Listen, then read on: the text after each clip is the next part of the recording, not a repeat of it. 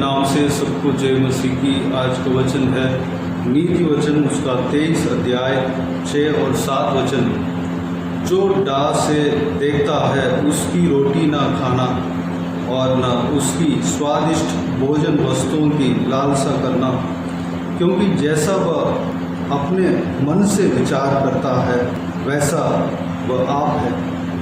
वह तुझसे कहता तो है खा पी, परंतु उसका मन तुझसे लगा नहीं। मेरे प्रियो, यहाँ पर परमेश्वर के वचन हमसे कहता है डाह करने वालों के विषय में। डाह करने वालों से हम कैसे बिहेव करना है, प्रभु के लोग कैसे बिहेव करना है। डाह क्या होता है? मन में जलन, एक हमें पसंद नहीं करते हैं, मन में जलन रखते हैं, हमारा प्रति जलन रखते हैं। उनके नेवता में वह अगर नेवता दे तो ज़रूर जाएं, लेकिन उनके रोटी ना खाना है, उनका स्वादिष्ट भोजन वस्तुओं की लालसा ना करना है, क्योंकि वह अंदर से वह जलन रखता है। हमारा प्रति अगर जलन रखता है तो बाहर से अगर हंसते हुए हमें नेवता देता है, तो अगर हमें उस चीज़ को हम समझ लेते हैं, प्रभु हमें ज्ञान देगा।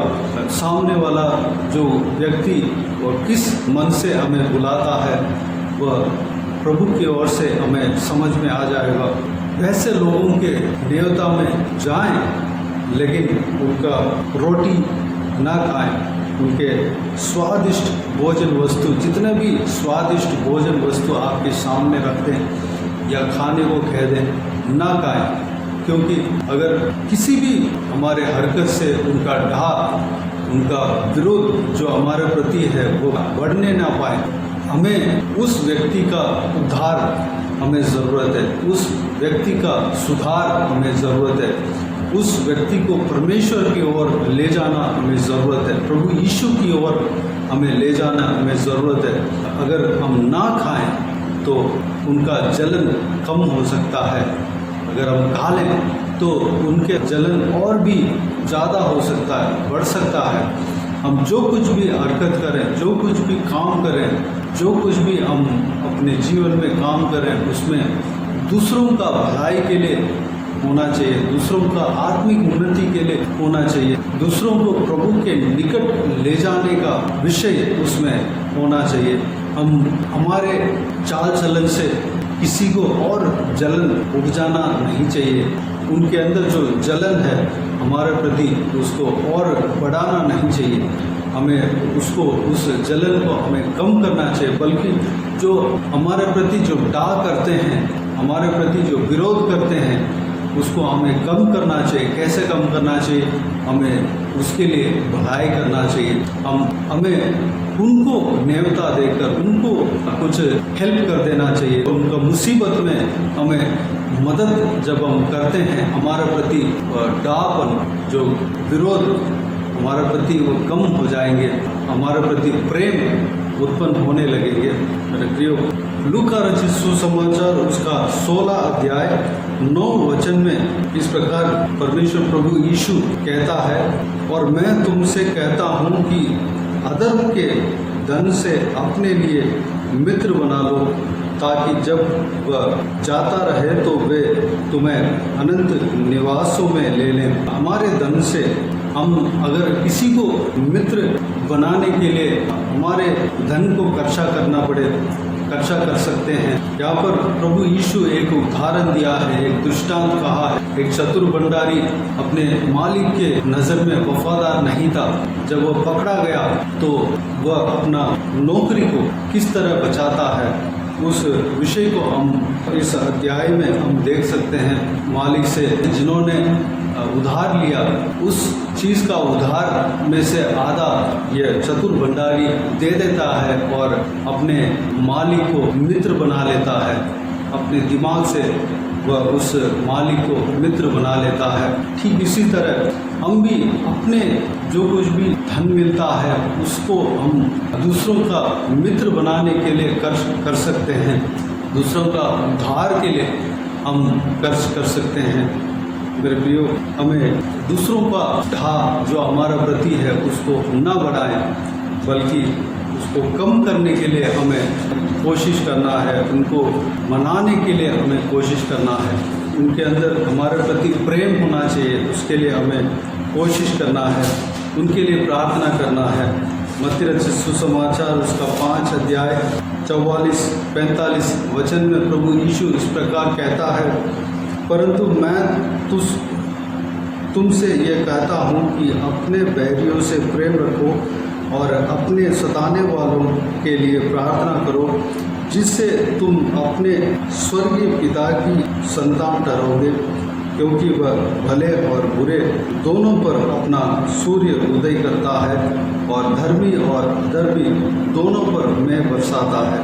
प्रियो, जिस तरह प्रभु यीशु कहता है उस तरह हम अपने बैरियों से प्रेम रखना है, हमारे अपने सताने वालों के लिए प्रार्थना करना है। जो कोई भी जन हमसे डाह करता है, हमारे प्रति जलन रखता है, उनके लिए हमें प्रार्थना करना है, उनका उद्धार के लिए हमें प्रार्थना करना है।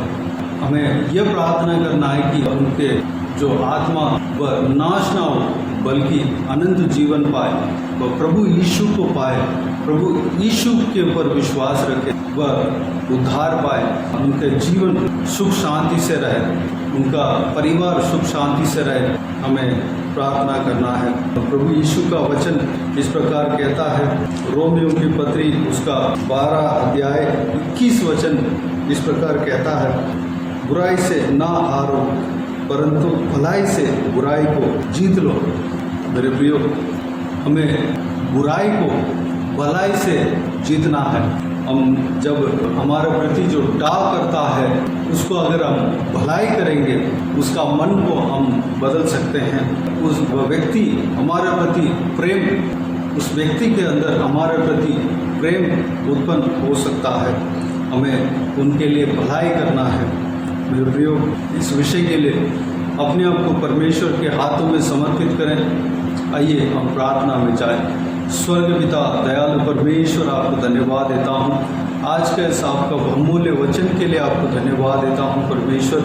बीते हुए दिनों में हमें संभाला, बचाया, सुरक्षित रखा, आपको धन्यवाद देता हूँ।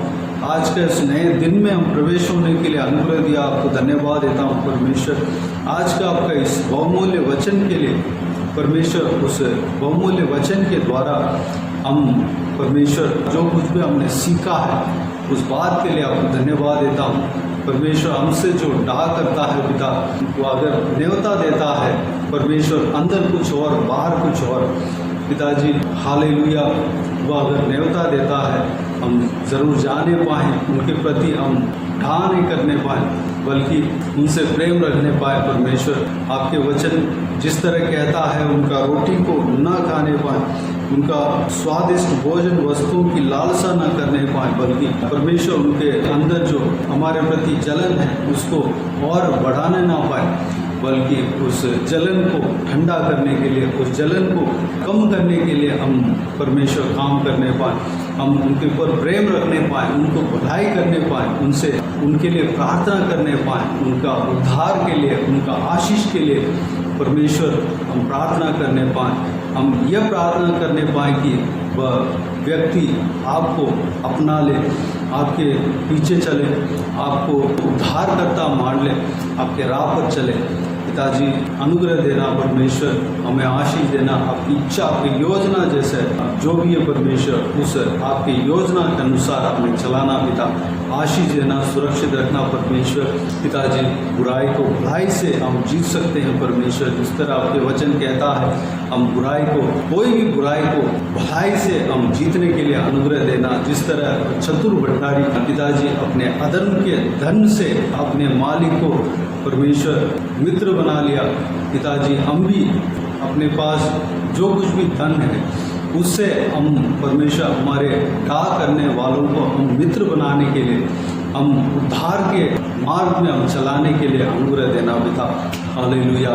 इस वचन के लिए धन्यवाद देता हूँ। बाकी सारे बातों को आपके हाथों में सौंपता हूँ। सभी को आशीष देना, संभालना। आज के दिन में जो कुछ भी काम करने जा रहे हैं सारा काम में सफलता देना, सभी के संग रहना, सुरक्षित रखना।